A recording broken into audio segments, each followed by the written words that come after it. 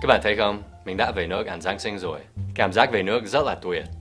Mom, bring me some more beer. Nhưng không phải là mình thích tất cả mọi điều ở nước Mỹ này. Và nhiều khi mình rất nhớ Việt Nam.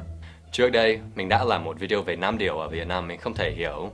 Và bây giờ, mình sẽ chia sẻ với các bạn 6 điều ở Việt Nam mà mình mong muốn nước mình làm theo.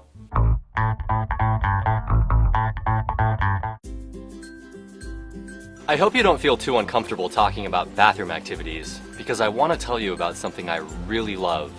The bum gun. The bum gun? Yeah, it's the gun that you use to clean your bum off after doing your business on the toilet. Well, actually, it looks more like this, and instead of bullets, it has water. Of course, you don't only find it in Vietnam. They also have it in Thailand, Malaysia, and probably some other countries I've never been to. Nevertheless, a lot of Americans would be pretty weirded out if you suggested they use one. I'm supposed to use what on my what? I was a bit weirded out at first too, but once I got used to it, I was in love. It's such a quick, thorough, and comfortable way to clean yourself off. Prior to my first trip to Asia back in 2008, I had always thought the American way was the only sensible way. But now, it seems like such a torturous ordeal to me. Oh, the pain. I don't know if it's even possible to buy and install a bum gun here in America. I've tried my own solutions, but it's just not the same.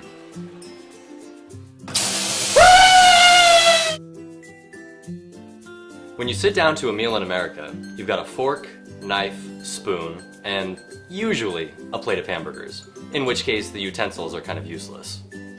But sometimes we eat salads, and other things like that have a lot of small pieces. Eating salad with a fork, you always have to be finding some thicker object to stab the leaves against. And sometimes at the end, you end up just stabbing the same leaf over and over again, hoping that it'll stick. But with chopsticks, you just pick it right up. Chopsticks are useful in lots of other situations too. So why can't Americans put them on the table? We do sometimes use chopsticks if we go to a Japanese or Chinese restaurant, or a pho place. But in the average American restaurant, or the average American home, you probably couldn't find a single pair of chopsticks. They aren't suitable in every situation, of course, but why can't Americans just add them into the mix? Fork, knife, spoon, and chopsticks. Seems like a great idea, but until it happens, I'm gonna take my own chopsticks everywhere I go in this country. The USA learning about capitalism from Vietnam might sound like a joke, but it's not. In Vietnam, you see ordinary people doing business everywhere. But in the US, you mostly see business done just by large corporations in prescribed areas. As far as I can tell, there are two main reasons for this difference. The first one is population density. In Vietnam, people are packed in tightly, with houses close together. So you can sell something out of your front door and expect quite a few people to pass by, and maybe buy what you're selling. But in the US, houses are generally very spread out. So there just aren't enough people around to sell something out of your front door or out on the street. And the second reason you see more small business in Vietnam, I think, is regulation. It seems like in Vietnam, if you want to open a small shop, you can just do it. But in the US, even doing very small business requires going through at least some red tape. And the result is that a lot of people are discouraged from even trying to start. Of course, the downside to the lack of regulation in Vietnam is that we all have to worry more about quality, food safety, and counterfeit products. But you know what? I'll take it. Any country that gives me the opportunity to sell my secondhand toothbrushes with a minimum of hassle, I support. A lot of my Western friends complain about service in Vietnam, or more specifically, Northern Vietnam. But I love it, and I can explain why in 2 words. Am I? You can't do that in America. Here, yelling something like, Hey you! or Excuse me! across a restaurant would result in everyone looking at you like a jackass. Now, if we lived in a perfect world with perfect service, we would never need to get a server's attention. But we don't live in a perfect world, so we often do need to get their attention. But in America, there's really no effective way to do it. You just have to sit and do idiotic things like this. And hope that they see you. In Hanoi, you just say, Am I? once, or maybe twice, Am I? Am I? or 3 times, Am I? Am I? Am I? and the problem is solved. You may not know this, but in America, it's common for people to walk right into the house without taking their shoes off. Man, you would not believe how much dog I stepped in out there. Ooh, is that new carpet? It's always seemed insane to me, even when I was really little and had never been to Asia.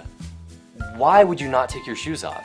Doing so obviously keeps the house cleaner, and most people would agree that it's more comfortable too, right? And for me personally, everyone hanging out in their socks or bare feet somehow feels warmer and more intimate. My whole life, I've always liked taking my shoes off as soon as I got inside, even if I was the only one who did so. So when I came to Vietnam, I felt like I had come home. A country, in fact a whole continent, where my shoe preferences fit right in. Paradise. A couple nights ago, I walked out of a restaurant here looking like this. Why? Because there were no toothpicks on the table. Living in Vietnam, I've gotten so used to toothpicks being on every table in every restaurant, I don't know how I ever lived without them. I guess that in addition to my chopsticks, I should start taking my own toothpicks everywhere I go too. Ok, vừa rồi là sao điều mình thích ở Việt Nam hơn ở Mỹ. Thế nói chung, mình thích ở nước nào hơn?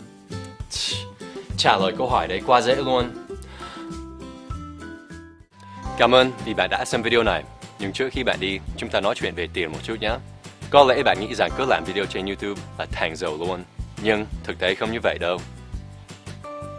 Dù sao đi nữa, mình đã đầu tư khá là nhiều vào kênh của mình. Máy ảnh mới này, micro này, chân này, phần mềm này và thật nhiều thời gian.